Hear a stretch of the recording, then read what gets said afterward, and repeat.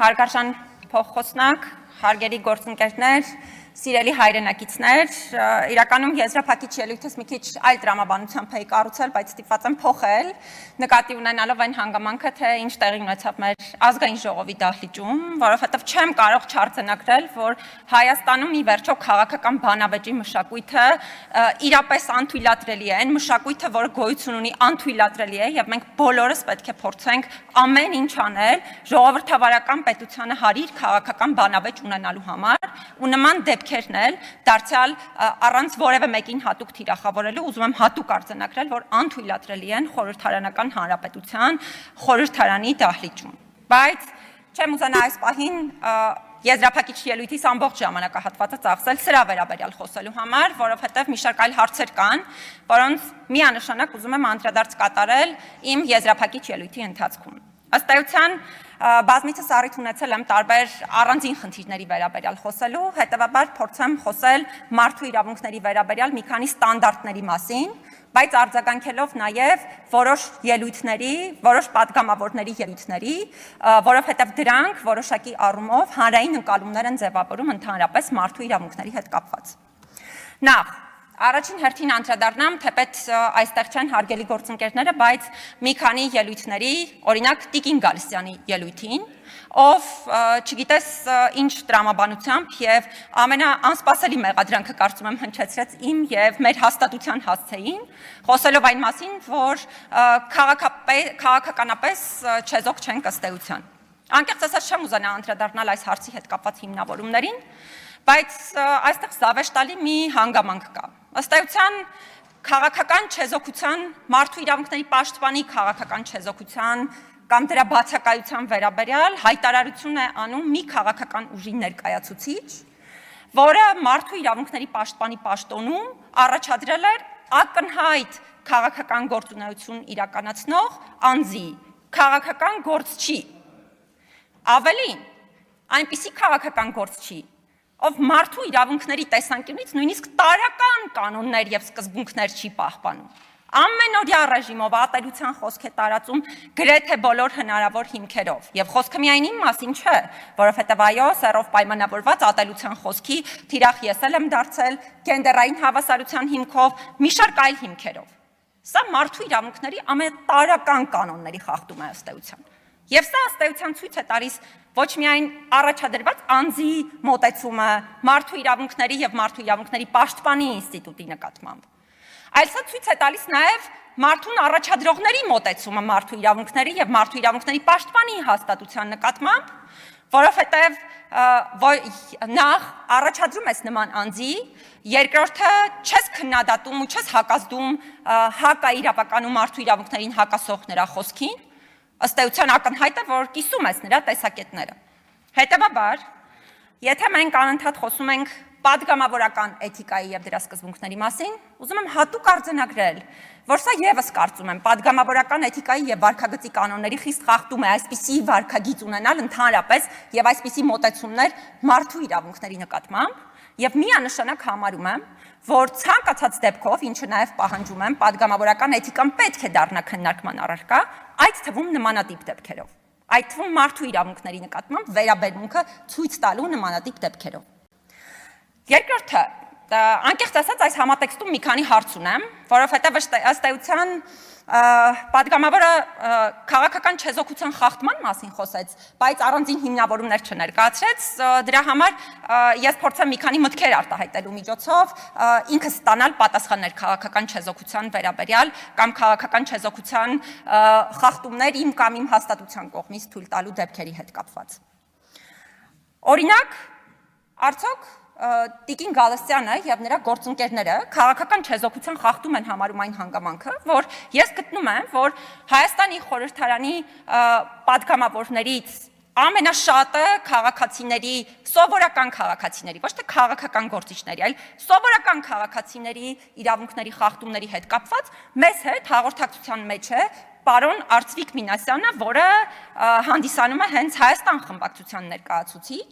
եւ ըստ էության կարծում եմ ի տարբերություն շատ քաղաքական գործընկերների, շատ էթիկական հաղորդակցություն է վարում, բարձր ստանդարտներով, բարձրաձայնում է անընդհատ է բարձրաձայնում խնդիրներ, որոնք ուղղակի սովորական քաղաքացիներին են վերաբերում, եւ ես սա հրապարակայնորեն գնահատել եմ եւ հիմա էլ գնահատում եմ։ Սա քաղաքական չեզոքության խախտում է, համարվում թե ոչ։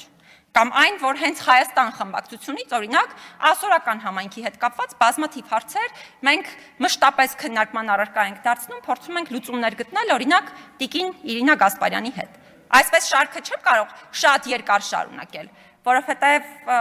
շատ չեն այն падգամավորները, ովքեր մարդու իրավունքների հետ կապված այդպիսի էթիկական ստանդարտներ են դրսևորում եւ քաղաքացիների հետ կապված հարցեր են բարձրաձայնում, բայց միևնույն է, հատուկ եմ ուզում արձանագրել։ Ընդ որում, այս падգամավորների թվում, օրինակ, Տիկին Վարդանյանը չի դասվում, Տիկին Գալստյանը հաստատ չի դասվում, որովհետև նորից եմ կրկնում, սովորական քաղաքացիների հետ կապված անընդհատ հարցեր բարձրաձայնելը մի բան է, քաղաքական նպատակահարմարությունից հարցեր բարձրաձայնելը մեկ այլ բան է։ Բայց կուզենամ մեկ այլ հանգամանքի անդրադառնալ, անդրադարձ կատարելով հարգարժան Տիկին Վարդանյանի եւ պարոն Դանիելյանի ելույթներին համադրված եղանակով, որովհետեւ կարծես թե այստեղ պարոն Դանիելյանը փորձում էր համեմատություն անել տարբեր մարդու իրավունքների պաշտպանների միջև, Տիկին Վարդանյանն էլ կարծես մեր հայտարարություններից էր օրինակներ ընթերցում վերջին ժամանակների։ Նախ ամոթալի եմ անկեղծ ասած համարում նման դեպքերը, որովհետև падգամավորները պետք է նպաստեն մի հաստատության եւ մի պերի միջև սոլիդարության ձևավորմանը, իսկ սա հակառակին է նպաստում եւ սա ամոթալի եմ համարում միանշանակ, բայց սրա հետ մեկտեղ ուզում եմ մի քանի կարևոր հանգամանքի անդրադառնալ։ Ես իմ բոլոր մարդու իրավունքների պաշտպան գործընկերներին շատ սոլիդար եմ վերաբերվում եւ իրոք գնահատում եմ նրանց անգնահատելի վաստակը այս հաստատությունը կարևոր մակարդակի բարձրացնելու հարցում։ Բայց օրինակ Տիկին Վարդանյան, գործընկերներ, արդյոք կարդացել եք, օրինակ, Սարի Թաղի դեպքերի վերաբերյալ 2016 թվականին մարդու իրավունքների պաշտպանի հրապարակային խոսքը, երբ օրինակ հստակ հիմնավորումներ էր բերվում, թե հավաքը եղել է ոչ խաղաղ բնույթի եւ մանրամասն հիմնավորվում էր այդ հանգամանքը ոստիկանական բռնությունների հետ կապված իհարկե եւս խոսելով։ Կամ օրինակ երբևէ տեղեկացված եղել եք այն դեպքերից, երբ տարբեր անկախ պաշտոնյաներ, հիմա չնշեմ որտեղ, որովհետև սա նաև մի փոքր արտաքին քաղաքական խնդիր է, գնում էին խոշտանգումներով ամենահայտնի քրեակատարողական հիմնարկներ եւ վերջում հաղորդագրություն էին տարածում, որ մեծ բռնության վերաբերյալ որևէ բողոք չի ներկայացվել եւ ընդամենը սա էր։ Եվ սա ընդ որում, երբ խոսում եմ օրինակ 2016 թվականի դեպքերի մասին, այն իրավիճակում էր, երբ Հայաստանում մարդու իրավունքների պաշտպան էր անհասկանալի պատճառներով հրաժարական ներկայացրել։ Եվ ըստ էության սա օրինակ ինձ համար շատ կարևոր հանգամանք է։ Ոչ թե հրաժարական ներկայացրել այլ պաշտոնի տեղափոխվելու նպատակով կամ այլ աշխատանքի տեղափոխվելու նպատակով, այլ անհասկանալի պատճառով։ Եվ ըստ էության բացի առանձին հայտարարություններից կամ առանձին խոսքերից որոշ հրապարակային, օրինակ, քրեական վարույթ նախաձեռնվեց, որ պարզվի կարող է, օրինակ, մարդու իրավունքների պաշտպանի գործունեությանը միջամտություն էր տեղի ունեցել։ Չշարունակեմ թվարկումները, որովհետև դեպքերի մասին կարող եմ շատ խոսել, բայց կոչ եմ անում բոլորին, ոչ թե նպաստել մի փաստաթությունում սոլիդարության բացակայության ձևավորմանը, այլ հակառակը կոչ եմ անում բոլորին նպաստել մի փաստաթության սոլիդարության ձևավորմանը, որովհետև սա բոլորի պարտավորությունն է, ոչ թե մի քանի կոնկրետ անձանց։ Լրագրողների վերաբերյալ խոսեց Տիկին Վարդանյանը, անկեղծ ասած չգիտեմ այդ որտեղից էր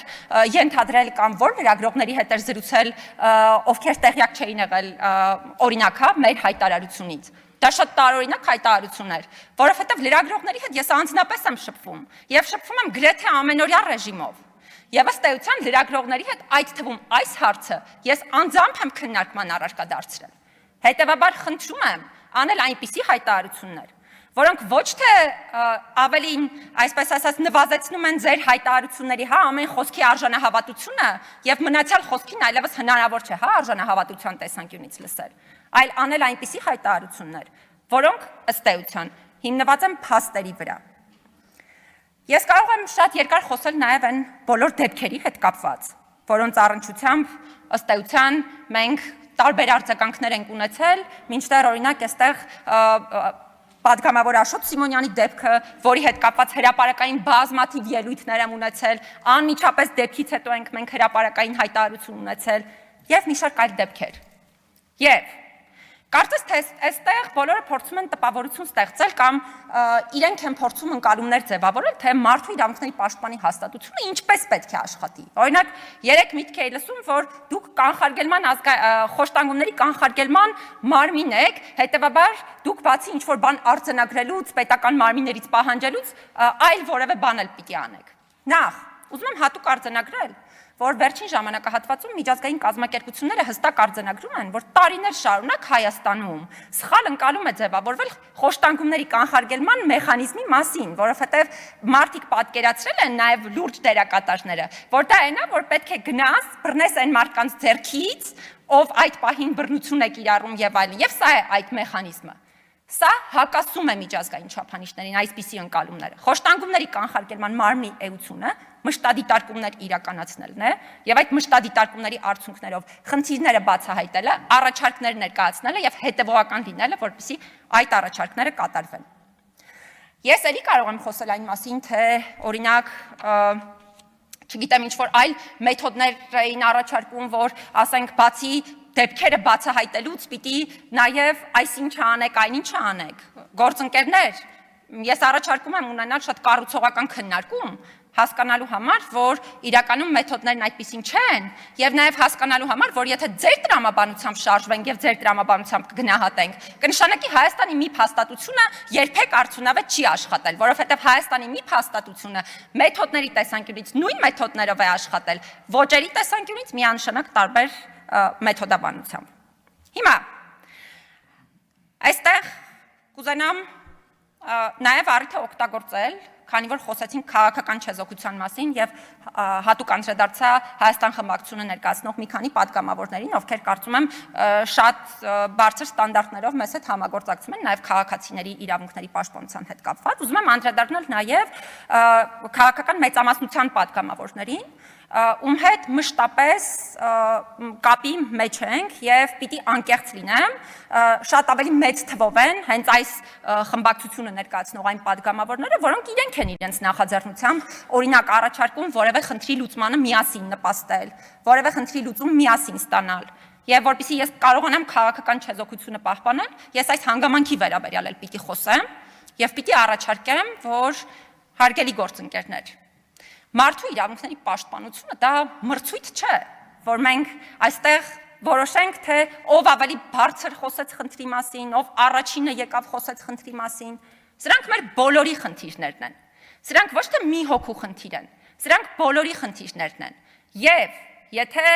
մարդկանց թվում է, որ բացառապես քաղաքական մեծամասնությունն է պետական իշխանություն ունենալու պարագայում պատասխանատու խնդիրների լուծման համար, ապա չարաչար սխալվում եք, որովհետև ինչպես բոլոր հարցերը ես ինքս շատ կոշտ եւ խիստ մեթոդաբանությամբ շատ դեպքերում ուղղում եմ քաղաքական մեծամասնությանը, նույնն էլ հիմա պետք է ասեմ, ուղղում եմ քաղաքական ընդդիմությանը, որովհետև օրենսդիր իշխանությունը պետական իշխանության մարմին է, եւ եթե ստացել եք պետական իշխանություն, պարտավոր եք ձեր բոլոր գործիքները օգտագործել խնդիրները լուծելու համար, հետեւաբար դուք նույնպես հանդես եք գալիս որպես պետական իշխանության ներկայացուցիչ եւ ես ստիպված եմ այս պահին